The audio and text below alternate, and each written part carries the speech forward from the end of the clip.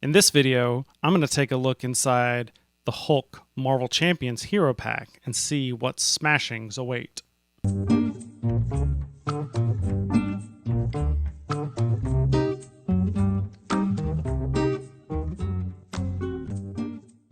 Hey there everybody, Chris Renshaw here, and welcome to Boards and Swords. As many of you may know, I am a huge Marvel Champions fan.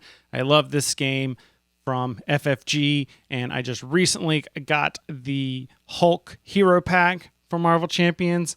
I did a review, well, I guess it's a preview technically, of the pack when it was announced. This is going to be my thoughts and opinions. Now that the pack's actually here, we're going to take a look at the cards inside and just go through them. All right, here we go. It's time to look inside. You'll notice here I'm using the Black Panther playmat. I don't have the She-Hulk one, and I don't even know if the Hulk one's out yet. But, you know, purple, he uses purple pants a lot, so I figured it fits. So let us break into the pack. All right, so inside here, we've got the usual stuff about the hero. So he comes with aggression. We already knew that. He uses his massive size and strength to decimate enemies, whether it's with a booming thunderclap or to knock out multiple foes at once, or a mighty Hulk smash across your single opponent. So there you go. It's got the little bit of stuff about Hulk, and then on the back is going to be big huge poster thing. I don't really do stuff with I just end up throwing those away. But here we go. We have, ladies and gentlemen, we have a Hulk.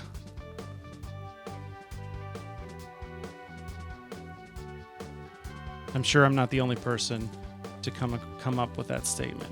All right, there we go. It's time to dig in. So first up, the hero card, which we've seen before.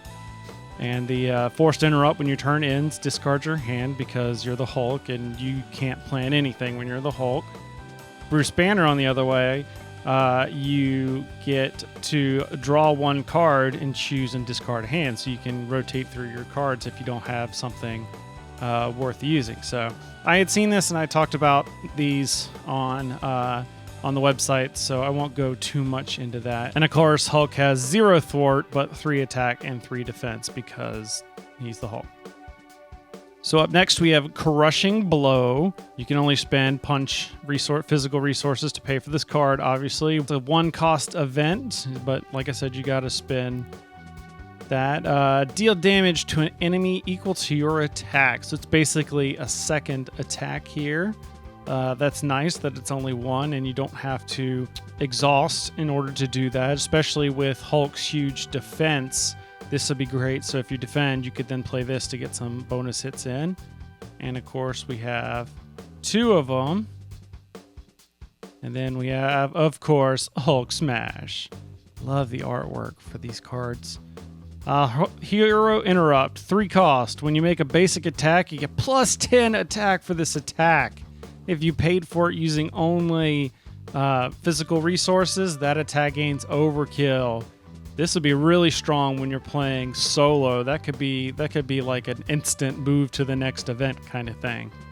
So yeah, this is basically it's aggression, but it's definitely your red deck if you're used to Magic terms at all. Then yeah, for 3 cost, deal potential of 13-14 damage to a villain. Sure, I'm okay with that. That'd be great for the Wrecking Crew. Looks like we got 2 of those.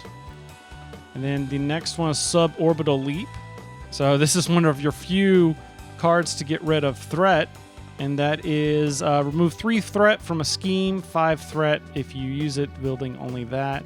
I just want a quick glance through here.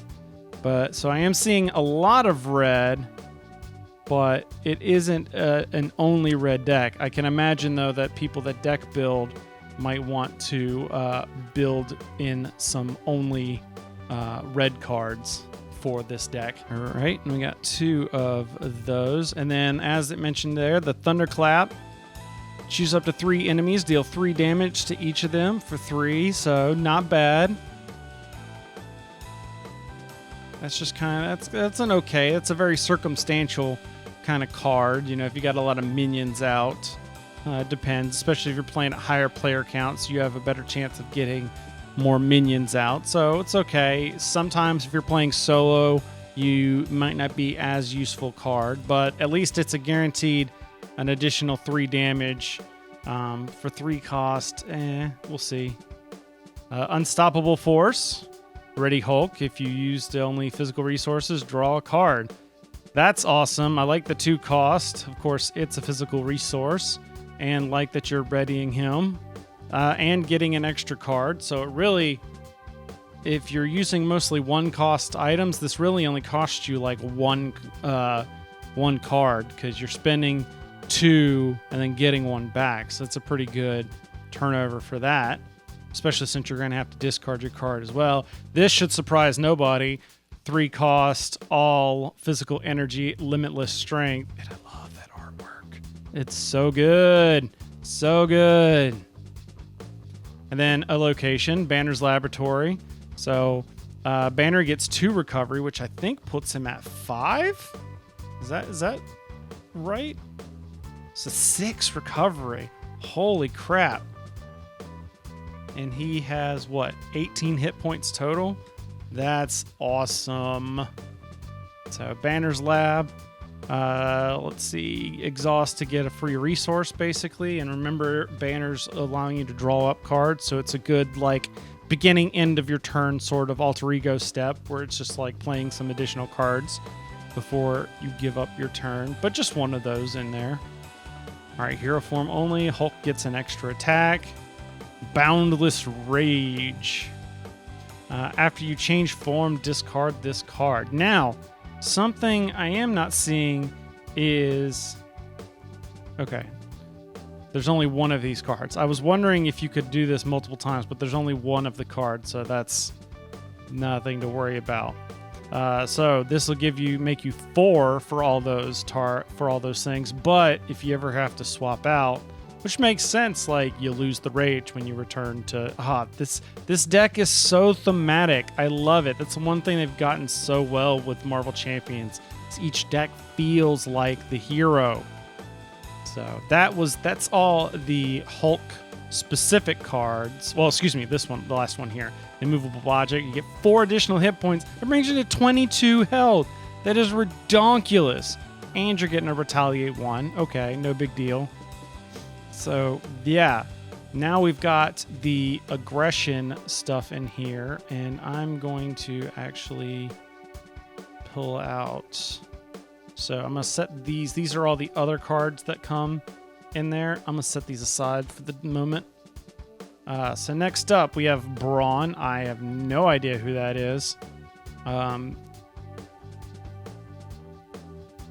Oh, Amadeus Cho. Okay, I do know who that is. Got it.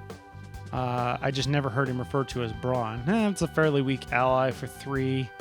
But when he attacks, you remove a threat. And he's got 5 health, so that's pretty good.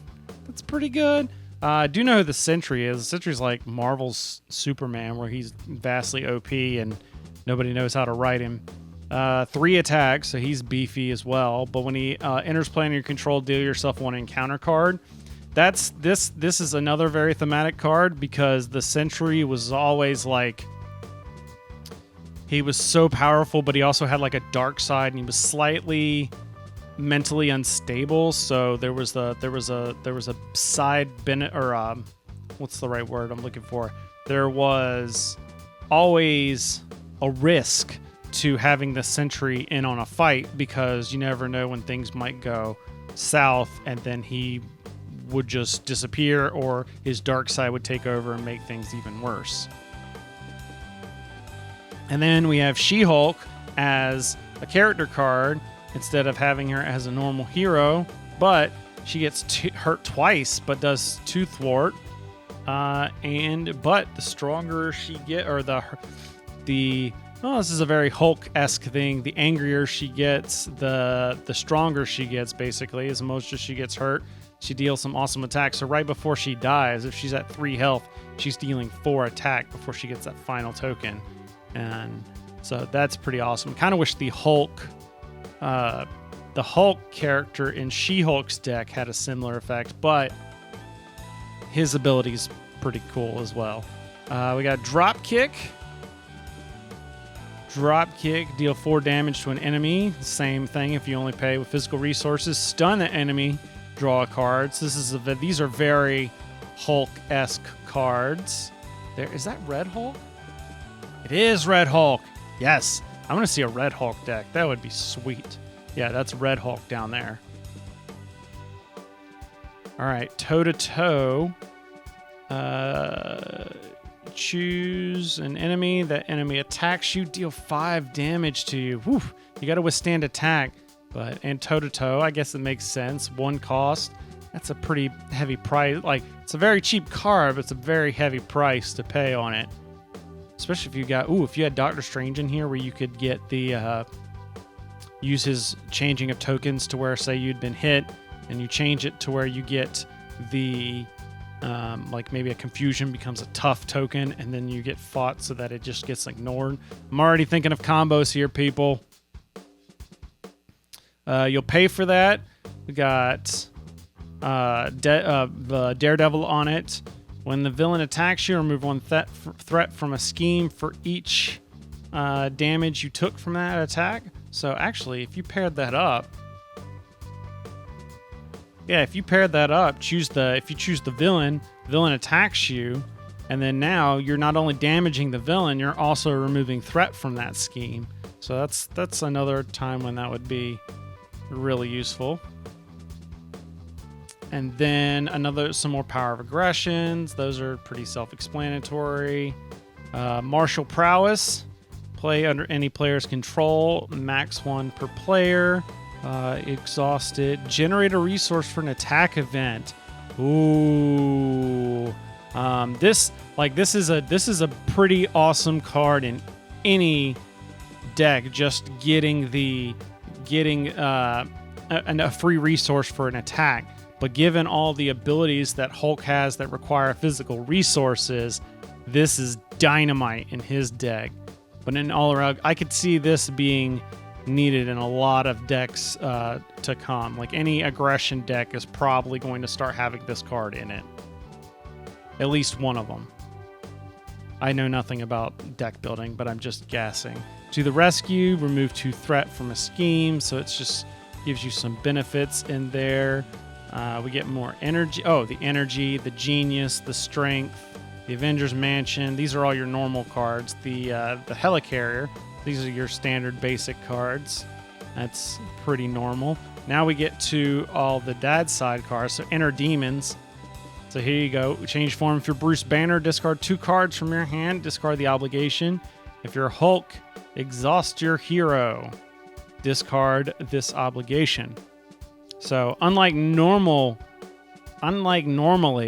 what would happen is you get to choose and then do something to discard, or do something like exhaust your hero to discard the obligation. This one, you are going to discard regardless, but it's just going to penalize you depending on what form that you're in. So I like that's really neat.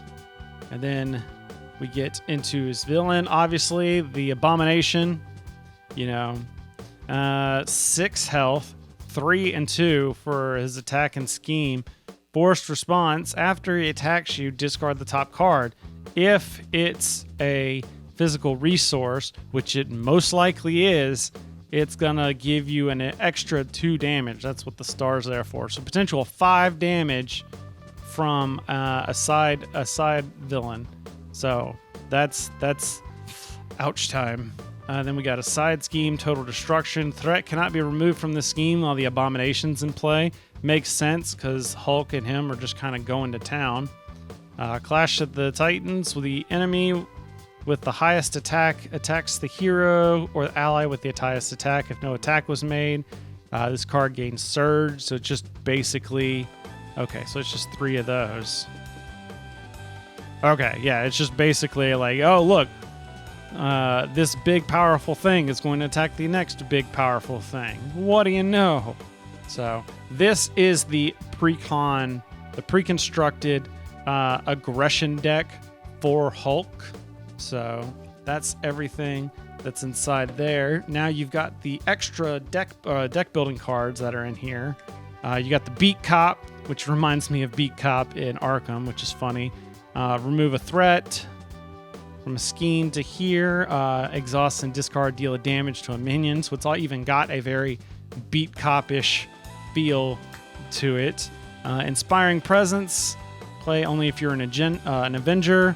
Heal a damage from an ally and ready it. So that's a very helpful kind of assisting card. Electrostatic Armor. Play under any player's control. Max 1 per player. After you defend against an attack, deal 1 damage to the... So it basically gives you a retaliate when you defend. So that's kind of nice. And then Resourceful. Discard it to generate a energy resource. Big deal. So, there's some okay stuff in these extra cards. These are just kind of whatever to me. Nothing special, except for the Beat Cop. Those I kind of enjoy that, and might be fun to put that in a deck just for the meta haha he he. But I really like this Precon Hulk deck. I really, really like it. Like, I can't wait to try this out.